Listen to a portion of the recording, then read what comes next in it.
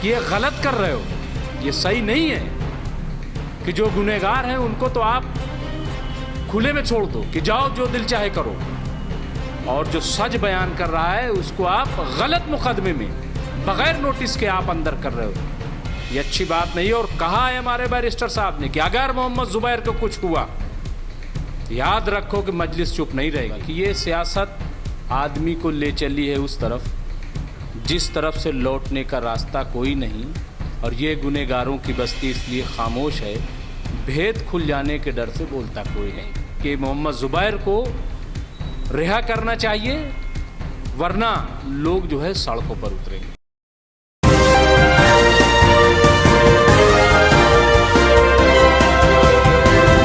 पल पल न्यूज़ से मैं हूं आपके साथ नदीम अकरम।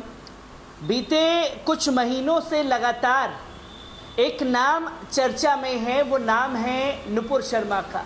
हजरत मोहम्मद सल्लल्लाहु अलैहि वसल्लम साहब की शान में गुस्ताखी की, पर गुस्ताखी करने वाला खुले आसमान के नीचे आज़ाद घूम रहा है। अगर कोई उसे एक्सपोज कर रहा है तो जेल की सलाखों के पीछे डाल दिया जा रहा है, और या कोई सड़कों पर उतर करके प्रोटेस्ट करेगा तो भी उसे जेल की सलाखों के पीछे डाला जा रहा है। इसी पर बात करने के लिए मेरे साथ AIMIM के स्पोक पर्सन मुमताज़ आलम रिजवी साहब मौजूद हैं। कल अचानक से मोहम्मद जुबैर को 2018 के केस में तलब किया जाता है, उसमें गिरफ्तारी नहीं होती, ना कॉपी दी जाती है, ना कुछ ऐसा लीगल नोटिस जाता है कि आपको नुपुर शर्मा के मामले में गिरफ्तार किया जाएगा। फिर अचानक खबर आती है कि जुबैर को नुपुर शर्मा के खिलाफ विवादित टिप्पणी के लिए गिरफ्तार कर लिया गया है। किस तरीके से देख रहे हैं जो दिल्ली पुलिस की ये कार्रवाई है? देखिए, मुझे लग रहा है कि ये भी बुलडोज करने की एक कोशिश है। किसी भी शख्सियत को बुलडोज सिर्फ मकान नहीं किए जाते, शख्सियतें भी की जाती हैं, ख़ास तौर से ऐसी शख्सियतें कि जिनसे हुकूमत को डर हो कि कहीं उसकी जो हकीकत है वो सामने ना जाए। जो कुछ हो रहा है आप सब देख रहे हैं, और मैं यहाँ पे 4 लाइन पेश करूँगा कि ये सियासत आदमी को ले चली है उस तरफ जिस तरफ से लौटने का रास्ता कोई नहीं, और ये गुनहगारों की बस्ती इसलिए खामोश है, भेद खुल जाने के डर से बोलता कोई नहीं। दरअसल इनको डर है कि अगर दुनिया के सामने सच्चाई आ गई तो होगा क्या, वरना मोहम्मद जुबैर ने कौन सा इतना बड़ा गुनाह कर दिया था। ये तो हुकूमत का ही काम आसान हो रहा था। अगर देखा जाए, फैक्ट लाना, सच्चाई को सामने लाने काम ये तो सरकारों का है, अदालतों का है। ये तो उल्टा किया जा रहा है, यानी जो सच्चाई ला रहा है उसको अंदर किया जा रहा है, और जो जहर घोल रहा है उसको कह रहा है कि ठीक है आप जहर घोलिए जितना घोल सकते हैं। मैं समझता हूँ कि ये हुकूमत अपना भी नुकसान कर रही है, देश का भी नुकसान कर रही है। और आप देखिए कि न सिर्फ हिंदुस्तान में बल्कि मोहम्मद जुबैर के लिए मैं समझता हूँ कि पूरी दुनिया में आवाज़ उठ रही है। और कल जिस तरीके से सोशल मीडिया पर ट्रेंड किया है, और कोई भी अपोजिशन लीडर ऐसा नहीं है कि जिसने मोहम्मद जुबैर की हिमायत में आवाज़ न उठाई, क्योंकि सब जानते हैं। और हमारे जो सदर हैं बैरिस्टर असदुद्दीन ओवैसी साहब, और जो हमारे दिल्ली के सदर हैं जनाब कलीमुल हफीज़ साहब, फौरी तौर पर उन्होंने इस पर आवाज़ उठाई। और बैरिस्टर साहब ने तो बाकायदा मध्य प्रदेश में अपने एक अवामी जलसे में कहा, और कहा हुकूमत से कि ये गलत कर रहे हो, ये सही नहीं है कि जो गुनहगार हैं उनको तो आप खुले में छोड़ दो कि जाओ जो दिल चाहे करो, और जो सच बयान कर रहा है उसको आप गलत मुकदमे में बगैर नोटिस के आप अंदर कर रहे हो। ये अच्छी बात नहीं है। और कहा है हमारे बैरिस्टर साहब ने कि अगर मोहम्मद जुबैर को कुछ हुआ, याद रखो कि मजलिस चुप नहीं रहेगी। और मैं भी बैरिस्टर साहब की आवाज़ पे लब्बैक कहते हुए कह रहा हूँ कि दिल्ली की मजलिस जो है, और हम कतई तौर पर खामोश नहीं बैठेंगे, इसके ख़िलाफ़ आवाज़ बुलंद करेंगे। संसद में भी आवाज़ उठेगी और सड़क पर भी हम आवाज़ उठाएंगे, क्योंकि मसला नदीम साहब सिर्फ एक मोहम्मद जुबैर का नहीं है। आप देखिए ना, पूरा हिंदुस्तान सुलग गया। अगर नुपुर शर्मा के खिलाफ पहले दिन कार्रवाई हो जाती तो आज जो दुनिया में हिंदुस्तान की बदनामी हो रही है क्या होती। हिंदुस्तान के लोग जो बाहर मुल्कों में काम करते हैं उन पे जो तलवार लटक जाती है, तो क्या इसकी जिम्मेदारी सरकार की नहीं है कि देखे कि क्या हो रहा है। लेकिन मुझे लग रहा है कि इनके पास कोई पॉलिसी नहीं है और इसीलिए ये एक ख़ास तबके को दबाना चाहते हैं और इनको लगता है कि इससे जो है जो हिंदुइज़्म जो है, अभी उनको लग रहा है कि हम रामपुर की सीट जीत गए, हम आजमगढ़ की सीट जीत गए, तो ये हमारे लिए बहुत बड़ी कामयाबी है और इसका मतलब ये है कि हिंदू बहुत खुश है, ये उनको लग रहा होगा। लेकिन माफ़ कीजिएगा, बीजेपी इसलिए नहीं जीती है कि उनको लोग बहुत पसंद करते हैं, बीजेपी जीती है समाजवादी की नाकामी की वजह से। तो इसलिए बहुत खुशफहमी में नहीं रहना चाहिए और फौरी तौर पर हम डिमांड करते हैं कि मोहम्मद ज़ुबैर को रिहा करना चाहिए, वरना लोग जो है सड़कों पर उतरेंगे।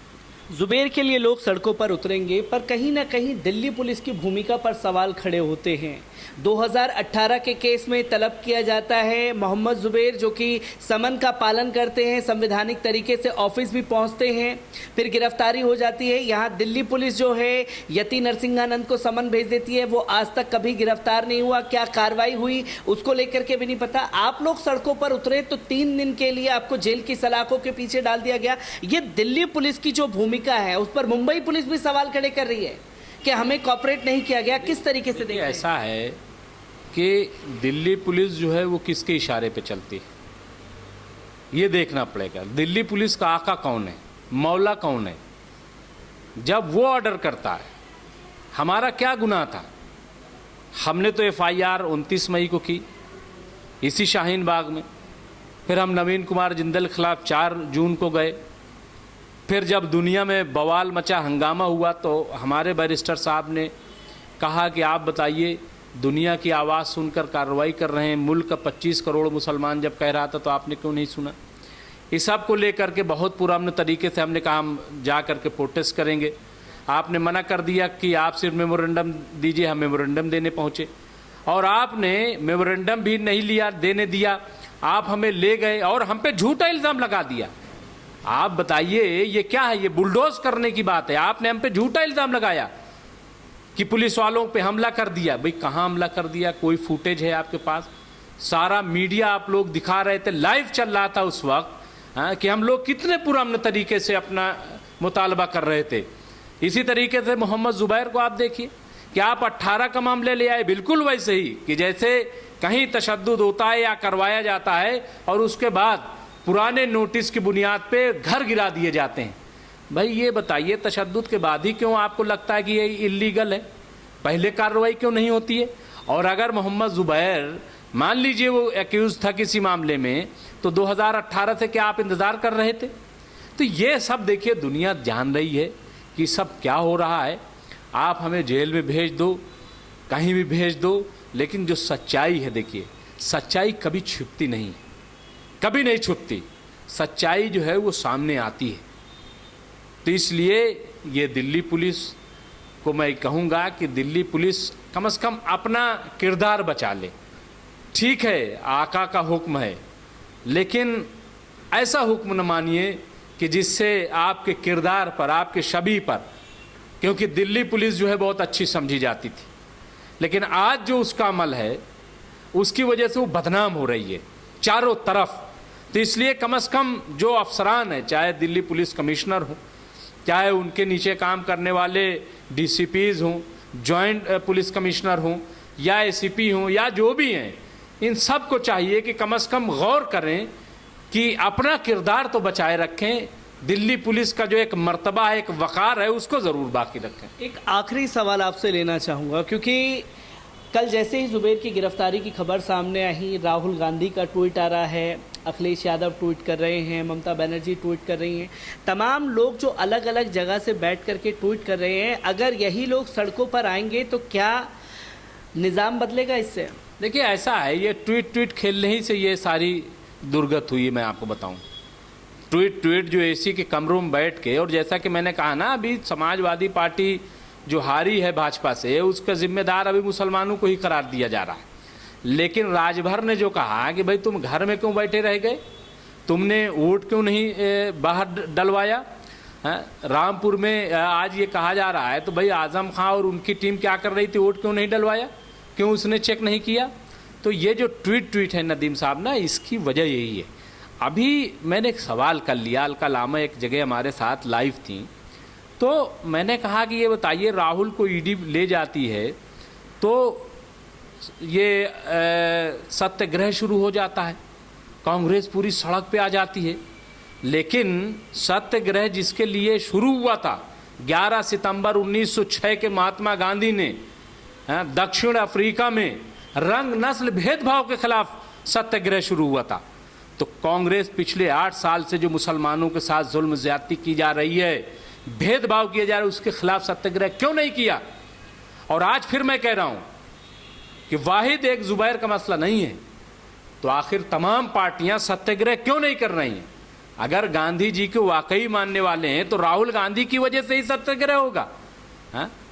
तो इसलिए राहुल गांधी को चाहिए, अखिलेश यादव को चाहिए, मायावती, तमाम जो अपोजिशन पार्टियां हैं कि वो सड़कों पे आएँ। लेकिन मैं आपको बताऊं, ये नहीं है आएंगे, इनके में दमखम नहीं है। वाहिद एक आवाज़ है, एक पार्टी है जो खुलकर बोलती है और मैदान में आती है, वह है MIM। वही मैदान में आएगी इंशाअल्लाह, और वही आप देख लीजिएगा कि हक की आवाज़ बुलंद करेगी। मुमताज़ आलम रिजवी साहब हमारे साथ मौजूद थे, जिन्होंने साफ तौर पर ये कहा कि सिर्फ एक वाहिद मोहम्मद जुबैर नहीं है, मोहम्मद जुबैर के अलावा 2200 मुसलमानों की गिरफ्तारी हो चुकी है नुपुर शर्मा के खिलाफ एहतजाज करने पर। कैमरामैन शब्बीर के साथ मैं नदीम अकरम।